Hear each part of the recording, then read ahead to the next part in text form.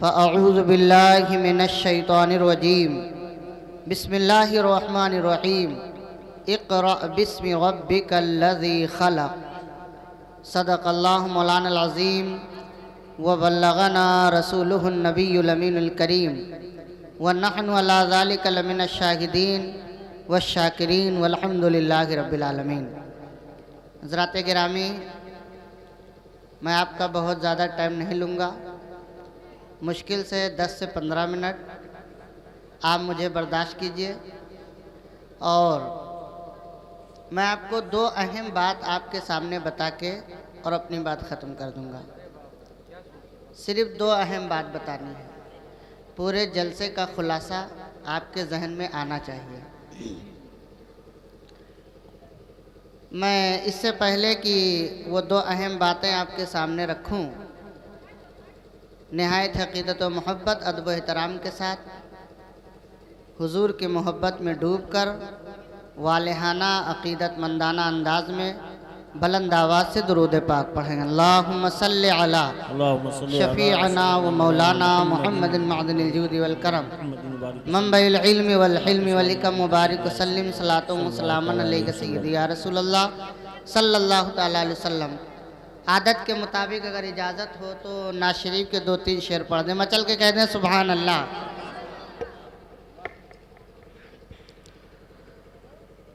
रोक लेती है आप की निस्बत,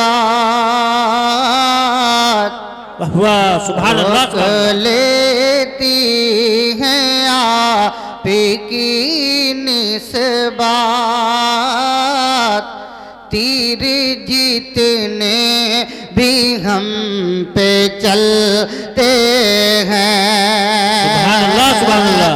रोक लेती है आप की निस्बत, तीर जीतने भी हम पे चलते हैं। आका रोक लेती है आपकी निस्बत, तीर जितने भी हम पे चलते हैं। रोक लेती है आपकी निस्बत, तीर जितने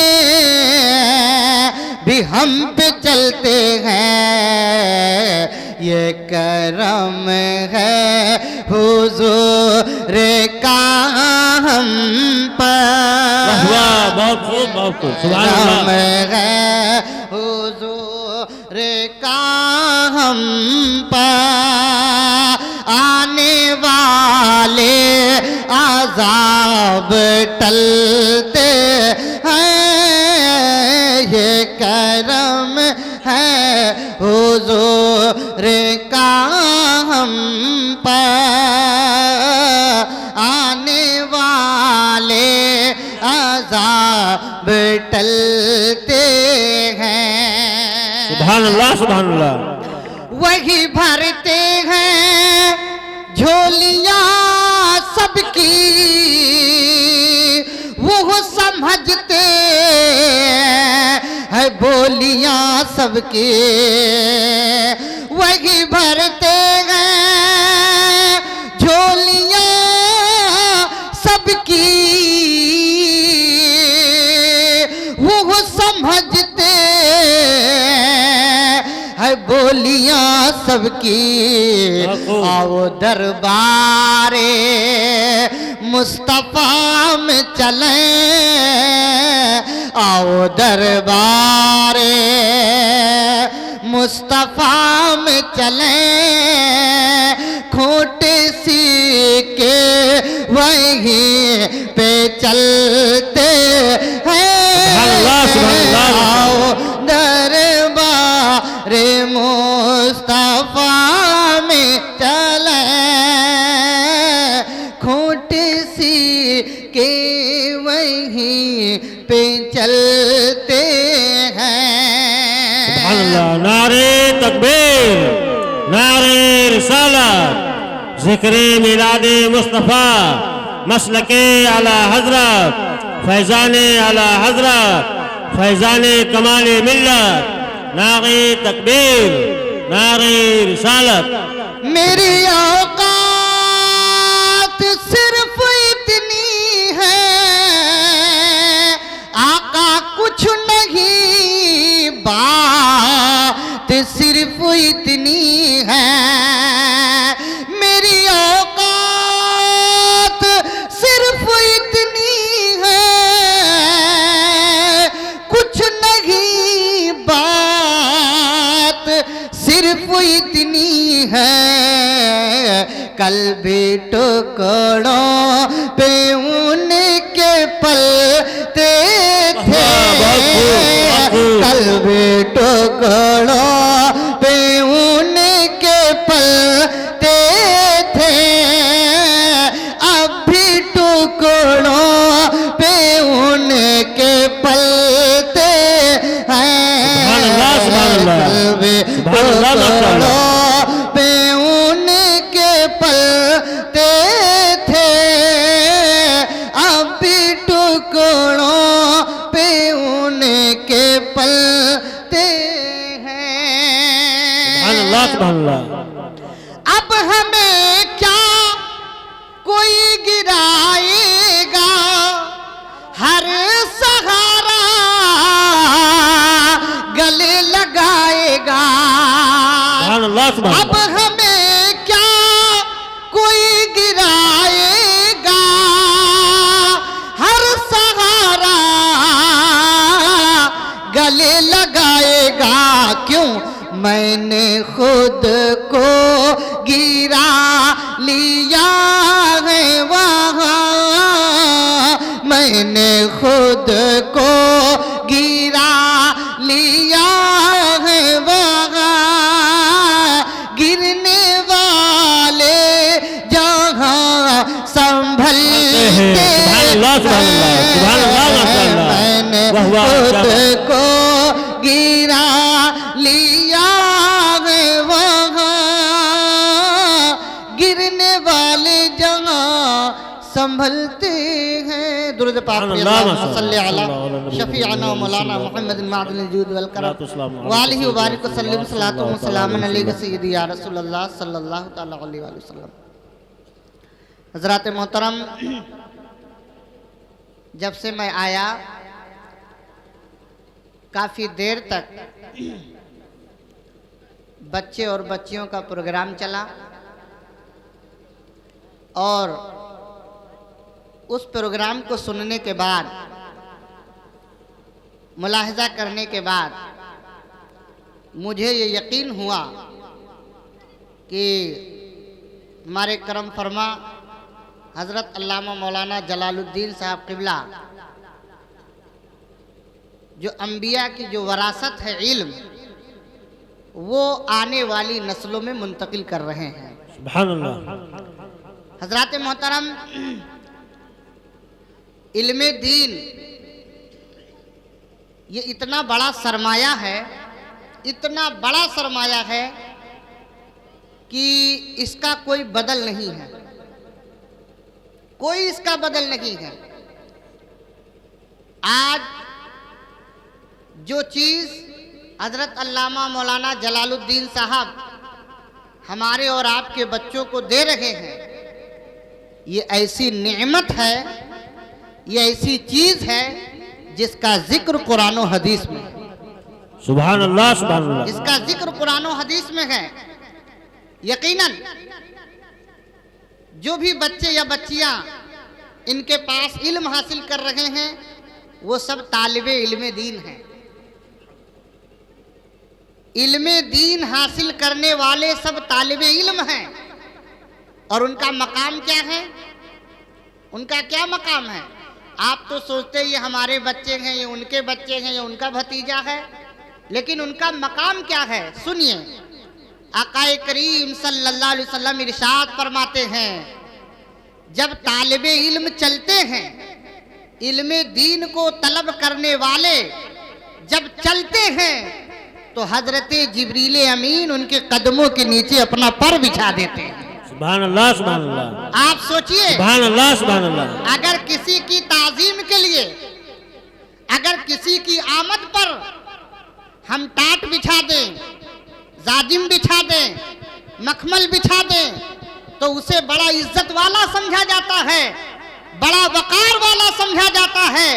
कुर्बान जाओ उन बच्चों पर और उन तालिबे इल्मों पर जिनके कदमों के नीचे जिब्रील पर बिछाते हैं। सुभान अल्लाह, सुभान अल्लाह। नारे तकबीर, नारे रिसालत, जश्न ईद मिलादुन नबी, मसलके आला हजरत उलमाए अहले सुन्नत हजरत अल्लामा मौलाना इस्लाम साहब लखनवी फैजाने कमाले मिल्लत, नारे तकबीर, नारे रिसालत, सुभान अल्लाह, सुभान अल्लाह।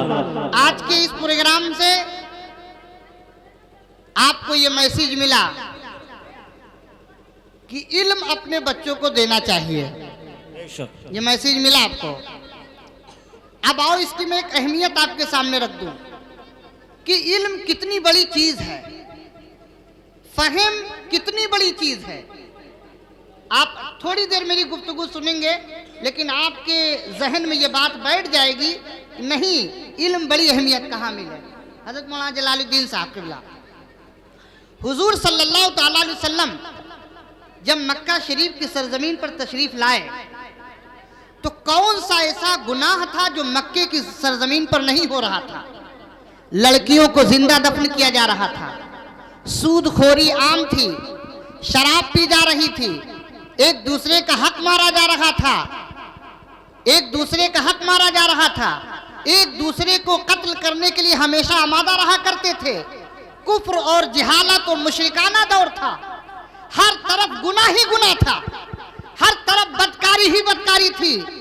लेकिन जब हुजूर तशरीफ लाए, हुजूर सल्लल्लाहु अलैहि वसल्लम जब तशरीफ लाए, तो आप बताओ, जैसे हम आपके गांव में आए और हमको ये करना है कि हमको तकरीर करना है, तो हम यही तो देखेंगे कि यहाँ माशरा कैसे है, यहाँ माहौल कैसा है, किस हिसाब से हमको बात करनी चाहिए, यहाँ किस चीज़ की कमी है, उस कमी को दूर किया जाए, यही तो हम सोचेंगे।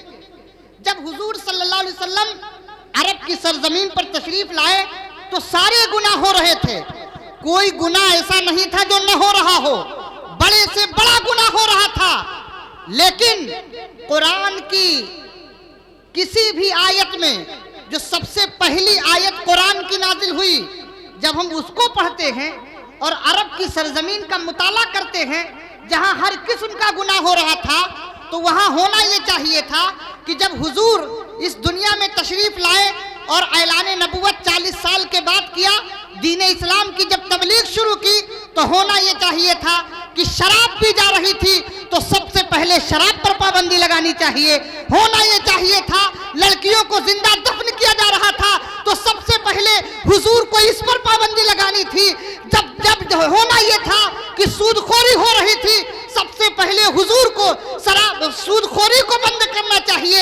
ये तमाम गुनाह हो रहे थे, तमाम गुनाहों के बावजूद जो सबसे पहली वही आकाए करीम पर नाजिल होती है, और उस वही को जो हुजूर ने अपने लोगों के सामने बयान किया, वो क्या है?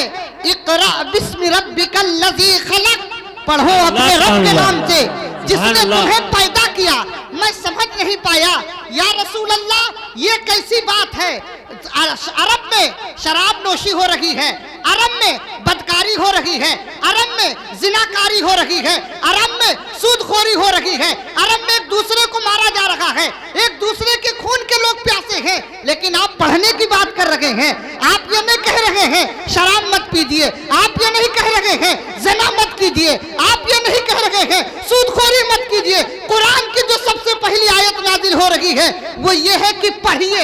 आखिर इस पढ़ने में कौन सी हिकमत है, इल्म में कौन सी हिकमत है? तो आकाए करीम के गुंबदे खजरा से जवाब आता है, ऐ मेरे दीवानों, ऐ मेरे मस्तानों, ऐ मेरे चाहने वालों, इल्म एक ऐसी दौलत है जो इंसान को, बिगड़े हुए इंसान को मुत्तकी बना देता है।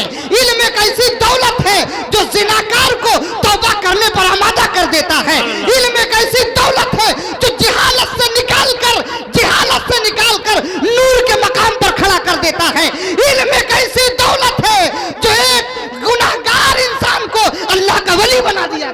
नारे तकबीर, नारे रिसालत, जिक्र मिलादे मुस्तफा, हक़्क़े खिताबत, मसलके आला हजरत, उलमाए अहले सुन्नत, फैज़ाने कमाले मिल्लत, नारे तकबीर, नारे रिसालत। हज़रात मोहतरम, इससे हमको एक सबक मिला। हुजूर सल्लल्लाहु अलैहि वसल्लम पर जो पहली वही नाजिल हुई, इससे हमको एक सबक मिला कि हम जब माशरे में इस्लाह करने की बात करते हैं कि यार हमारे माशरे में लोग झूठ भी बोलते हैं, हमारे माशरे में लोग गीबत भी करते हैं, हमारे माशरे में लोग चुगली भी करते हैं, हमारे माशरे में लोग, हमारी माँ बहनें बेपर्दा भी रहती हैं, हमारे माशरे में लोग नमाज भी छोड़ते हैं, हमारे माशरे में लोग जिना भी करते हैं, हमारे माशरे में बहुत सारा गुनाह करते हैं। तो अब इस्लाह कैसे की जाए, उनकी तरबियत कैसे की जाए, उनको किस किस गुनाह के बारे में बताया जाए, कौन कौन से टॉपिक पे बात की जाए। तो हुजूर की इस सीरत ने मुझे बता दिया और हुजूर के इस किरदार ने मुझे बता दिया, जहां बहुत सारा गुनाह हो वहां देख लेना इल्म की कमी होगी, इल्म की कमी होगी। तो आए लोगों, जहां बहुत सारे गुनाह हो, अगर उस माशरे को सुधारना चाहते हो, उस सोसाइटी को बेहतर बनाना चाहते हो, तो इल्म दीन फैलाओ, लोगों को आलिम दीन बना दो, कुरान का पढ़ने वाला बना दो, हदीस समझने वाला बना दो, वो माशरा सुधर जाएगा। नारे तकबीर, नारे रिसालत, हक़्क़े खिताबत, नारे तकबीर, नारे रिसालत। आज हमारे माशरे के अंदर बहुत सारी बुराइयां हैं, लेकिन उनके खात्मे का सिर्फ एक रास्ता है। अगर उस रास्ते को अपना लिया जाए, हमारे माशरे से बुराइयां खुद ब खुद खत्म हो जाएंगी। वो ये है कि अपने बच्चे को इल्मे दीन से आरास्ता कर दिया जाए, सुभान अल्लाह, इल्मे दीन से आरास्ता कर दिया जाए। ये बहुत बड़ी दौलत है। आज हम तो हैरत में रहते हैं कि दीन इस्लाम की इब्तिदा जो कुरान की सबसे पहली वही पढ़ने के ताल्लुक से, दीन इस्लाम की बुनियाद ही इल्म पर है और उसी के मानने वाले लोग सबसे जाहिल पाए जाते हैं। बहुत अफसोस की बात है मुसलमानों। अगर हम अपने माशरे को सुधारना चाहते हैं तो हमें क्या करना होगा? अपने बच्चे को इल्मे दीन देना होगा। बेशक, सुभान अल्लाह, सुभान अल्लाह। इल्मे दीन। मुसलमानों, अब आप कहेंगे मौलाना साहब सब आलिम ही बन जाएं, सब हाफिज कारी ही बन जाएं, तो फिर कैसे काम चलेगा?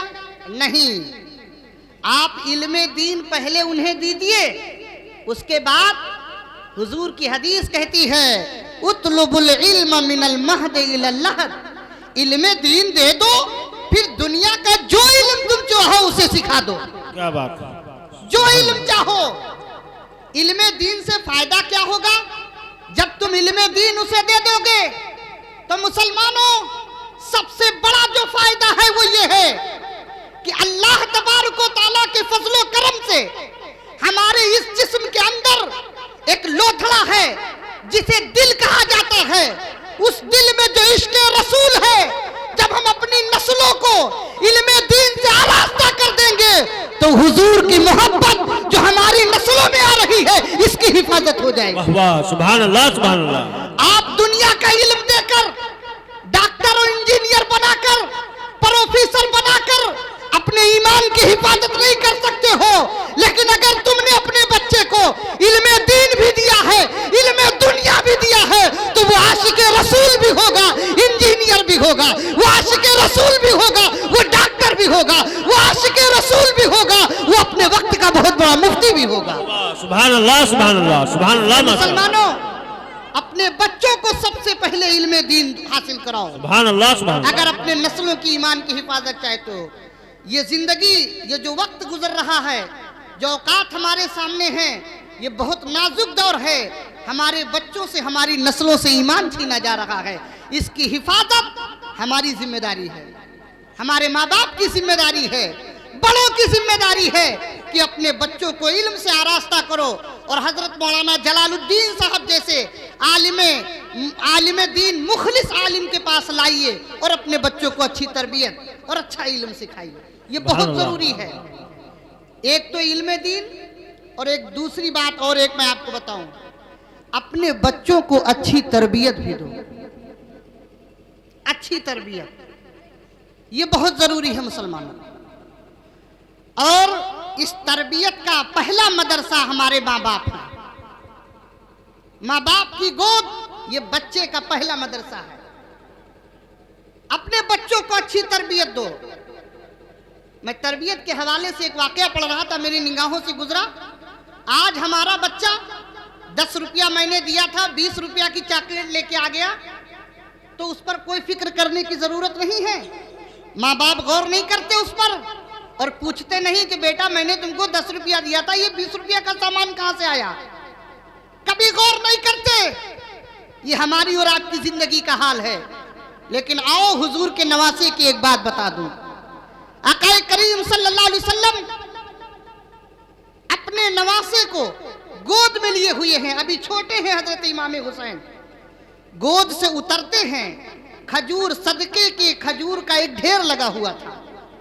हजरत इमाम हुसैन उसमें से एक खजूर निकालते हैं और निकाल के खा लेते हैं, मुंह में रख लेते हैं। मुंह में रखना था, यह तरबियत, इसी पर मैं इशारा करना चाहता हूं। मुंह में जैसे रखा, आकाए करीम की नजर पड़ गई। हुजूर सल्लल्लाहु अलैहि वसल्लम, अगर शरई तौर पर मसले की बात की जाए तो इमाम हुसैन अभी नाबालिग हैं, शरीयत का हुक्म उनके ऊपर लागू नहीं होता। लेकिन नहीं, ये बच्चे की तरबियत है, उसे सिखाना है, उसे बताना है कि तुम किस रास्ते पर जा रहे हो, उसे सीधे रास्ते पर लाना है। इमाम हुसैन ने जब उस खजूर को अपने मुंह में रख लिया, आकाए करीम उठते हैं और अपनी उंगली डालते हैं मुंह के अंदर और खजूर निकाल कर फेंक देते हैं। इरशाद फरमाते हैं, बेटा ये खजूर सदके का है, सादात के लिए ये जायज नहीं है खाना। क्या बात है, सुभान अल्लाह। सादात के लिए जायज नहीं है। क्या हम इसी तरह अपने बच्चों को नसीहत करते हैं? नहीं करते हैं। आपको अपने बच्चों की अच्छी तरबियत की जरूरत है। अपने बच्चों के सामने हुजूर की सीरत पढ़ा करो, हुजूर की खूबसूरत और हुजूर का हुस्न बयान किया करो अपने बच्चों के सामने। मेरा यकीन कहता है जब तुम बच्चों के सामने हुजूर का हुस्न बयान करोगे, हुजूर की जुल्फें ऐसी थी, हुजूर का चेहरा ऐसा था, हुजूर का कद ऐसा था, हुजूर चलते इस तरह थे, हुजूर बैठते इस तरह थे, हुजूर खड़े इस तरह होते थे, हुजूर सोते इस तरह थे, तो यकीनन एक दिन बच्चा आपका पूछेगा, अब्बू जान वो हुजूर रहते कहाँ हैं, वो हुजूर रहते कहाँ हैं जिनकी आप इस कदर तारीफ करते हैं। वो इतने हसीन हैं, उनकी जुल्फें ऐसी हैं, वो चलते इस तरह हैं, उनका चांद सा चेहरा है, अब्बू बताइए हुजूर रहते कहाँ हैं। तो यकीनन आपको कहना होगा वो मदीने में रहते हैं, गुंबदे खजरा में रहते हैं।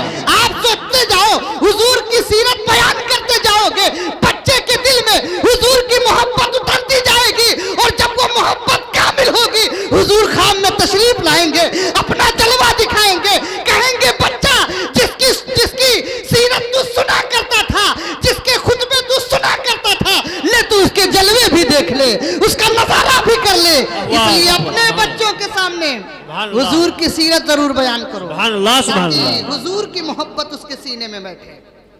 और ये भी बताओ, मैंने एक वाकया पढ़ा बच्चों की तरबियत के ताल्लुक से, एक आखिरी बात, एक वाकया पढ़ा मैंने, कैसे लोग अपने बच्चों की तरबियत करते थे। आज हम हैं जो बड़े उससे खुश अखलाकी से निकल जाते हैं, चलो ठीक है अभी बच्चा है सुधर जाएगा। लेकिन ये बच्चे ये मोम हैं, अभी इनको आप जिस रास्ते पे लाना चाहेंगे ले आएंगे, जब बड़े हो जाएंगे तो फिर इनको लाना बहुत मुश्किल होगा। टहनी जब हरी हो और अगर उसको आप सीधा करना चाहें तो वो सीधी होगी, और सूख जाए तो फिर अगर सीधा करना चाहोगे तो टूट जाएगी, फिर सीधी नहीं होगी। इसलिए जब बचपना है तभी उसको संवारने की कोशिश करो।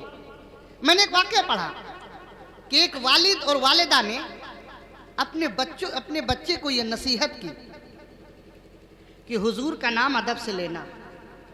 देखिए ये मैं तरबियत की बात कर रहा हूं, हुजूर का नाम अदब से लेना।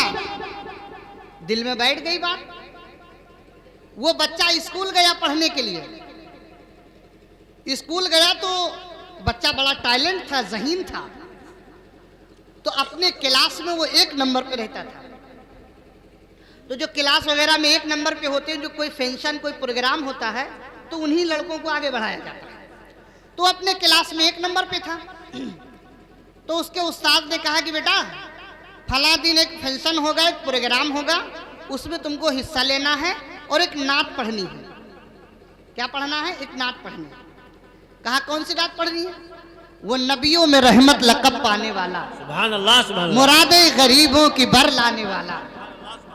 तो कहा ठीक है, पढ़ेंगे ये नात हम। अब उस्ताद जो होते हैं वो बच्चों की तैयारी कराते हैं, तैयारी कराने लगे।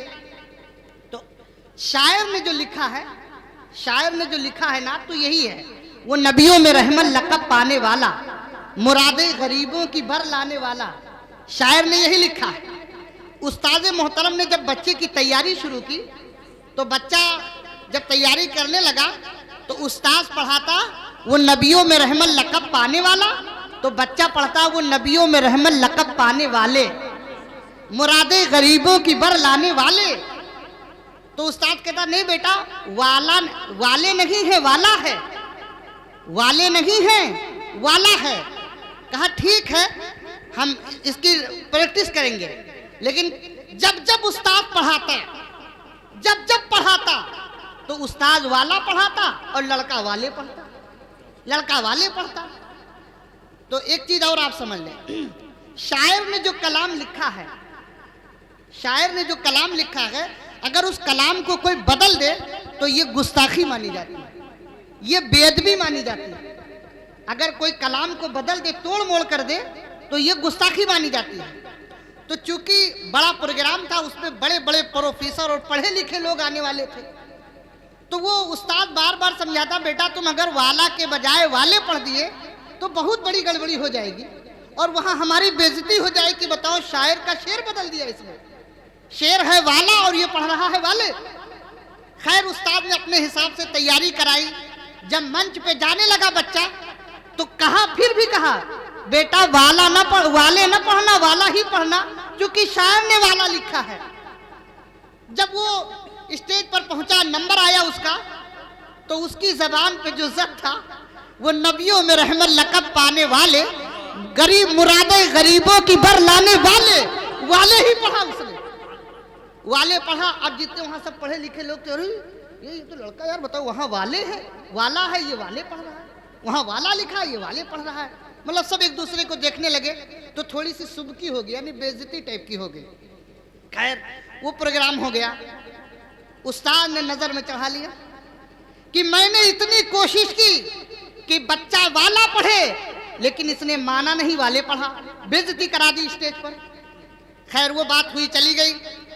एक दिन और इत्तेफाक ऐसा हुआ, सारे बच्चे उसके क्लास के इकट्ठा थे और अचानक सब बच्चों को इकट्ठा किया। कहा बताओ, सबसे पहले उसी से पूछा, कहा बताओ तुम्हारे नबी का नाम क्या है, तुम्हारे नबी का नाम क्या है। तो वो बच्चा जो 1 नंबर पे हो और एक आसान सी बात, मुसलमान हो, हुजूर का नाम ना जानता हो तो बेकार है, और वो 1 नंबर पे था तो यकीनन जानता होगा। कहा बताओ तुम्हारे नबी का नाम क्या है, तो नहीं बोला कुछ। और दूसरे क्लास वालों से पूछा बच्चों से, तो सबने बता दिया कि हुजूर का नाम मोहम्मद है, हुजूर का नाम मोहम्मद है, सबने बता दिया। अब उस्ताद का तेवर बदला। कहा तुम हर वक्त अपनी बेइज्जती कराने पे तुले रहते हो। अभी इससे पहले एक फंक्शन हुआ था, तुमको हजारों मर्तबा मैंने ये बताया था कि वाला पढ़ना, वाला पढ़ना, वाला पढ़ना, लेकिन तुमने अपनी जिद की और वाले पढ़ा, वहां भी तुमने बेइज्जती कराई। और आज यहाँ बच्चों के सामने एक आसान सा सवाल पूछा मैंने कि हुजूर का नाम क्या है, तो तुम हुजूर का नाम भी नहीं बता सके। अभी मैं जा रहा हूँ, इंटरवल का टाइम है, इंटरवल होने जा रहा है, अभी थोड़ी देर के बाद फिर तुमसे हुजूर का नाम पूछूंगा, अगर नहीं बताया तो तुमको सख्त सजा मिलेगी। कहा ठीक है उस्ताद मोहतरम, इंटरवल के बाद पूछ लेना, मैं हुजूर का नाम बताऊंगा। इंटरवल हो गया, उसके बाद फिर बच्चे आए क्लास में, फिर उस्ताद मोहतरम ने वही सवाल दोहराया कि बताओ हुजूर का नाम क्या है। तो उस बच्चे ने कहा सुनिए उस्ताद मोहतरम, मैं उस दिन का भी जवाब आज दूंगा और आज का भी जवाब आज दूंगा। वाह वाह, उस दिन का भी जवाब दूंगा और आज का भी जवाब दूंगा। उस्ताद मोहतरम हैरत में कहा क्या? कहा उस दिन जो मैंने आपने वाला रटाया और मैंने वाले पढ़ा, उसका भी जवाब दूंगा, और जो मैंने हुजूर का नाम उस वक्त नहीं बताया था उसका भी जवाब दूंगा। उस्ताद मोहतरम फरमाते हैं, बेटा बताओ, तुमने उस दिन इतने लोगों के सामने इतना रटाने के बावजूद तुमने वाला के बजाय वाले पढ़ा, उसकी वजह क्या है?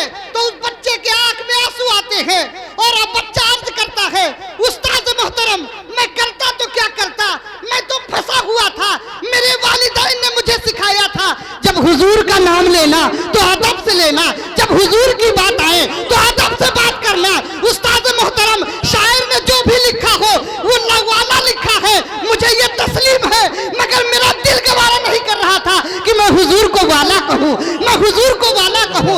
इसमें वो अदब नहीं है जो अदब इसमें है, वो नबियों में रहमत लक़ब पाने वाले, मुरादे गरीबों की भर लाने वाले। नारे तकबीर, नारे रिसालत, जश्न वेद मिलादुन नबी, मसलके आला हजरत, शाने वालदैन, अजमते वालदैन, नारे तकबीर, नारे रिसालत।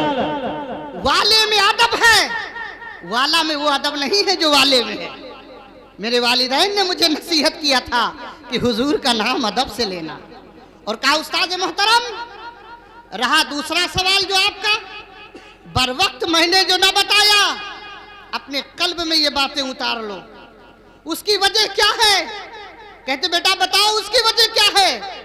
कहा, उस्ताद मोहतरम आपने चूंकि अचानक हुजूर का नाम पूछा था, अचानक आपने हुजूर का नाम पूछा, मेरी वालिदैन ने यह भी नसीहत किया था जब हुजूर का नाम लेना तो बावजू लेना, कभी बेवजू न लेना हुजूर का नाम। आपने चूंकि अचानक पूछा था, मैं उस वक्त वजू से नहीं था, अब मैं वजू करके आया हूँ, पूछो हुजूर का नाम मोहम्मद है, हुजूर का नाम मोहम्मद है। ये है वालिदैन की तरबियत का। सुभान अल्लाह, सुभान अल्लाह। अपने बच्चों को अच्छी तरबियत दो, ताकि आपने देखा होगा बच्चों को, आप घर में जब नमाज पढ़ते हैं तो छोटा बच्चा भी बगल में मुसल्ला बिछाने की कोशिश करता है। ये क्या इशारा करता है? ये यही तो माँ बाप को बतलाता है, जिस रास्ते पे आप चलेंगे मैं भी उसी रास्ते पे पीछे पीछे चलूंगा। शर्त ये है कि माँ बाप अच्छे हों, माँ बाप की सीरत अच्छी हो, माँ बाप का किरदार अच्छा हो, तो इंशाअल्लाह तबारक व तआला वो अच्छा किरदार, वो अच्छी सीरत बच्चों में उतरती हुई नजर आएगी।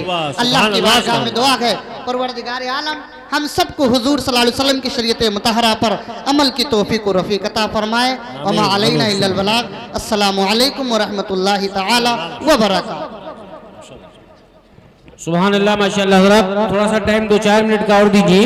2-3 शेर के लिए हाफिज गुलाम नबी साहब की बिला माइक पर तशरीफ ला रहे हैं। आइए एक नारे से इस्तकबाल करते हैं। नारे तकबीर, नारे रिसालत। हाँ माशाअल्लाह, ये भी लखनवी है। मैं थोड़ा अनजान इस बात से था कि शायद मैं सोच रहा था कि इलाके के हैं, लेकिन मैं खड़ा ना हो सका, इस्तकबाल ना कर सका। लेकिन मैं समझता हूँ कि आप भी हमारे मेहमान हैं। एक नारा लगाए, नारे तकबीर, नारे रिसालत, मशलके आला हजरत, फैजाने आला हजरत, फैजाने कमाले मिल्लत, फैजाने कमाले मिल्लत, यादगारे कमाले मिल्लत, सरजमीने मधुबन, नारे तकबीर, नारे रिसालत। हाज़रीन बज़्म, अस्सलामु अलैकुम व रहमतुल्लाहि व बरकातुहू।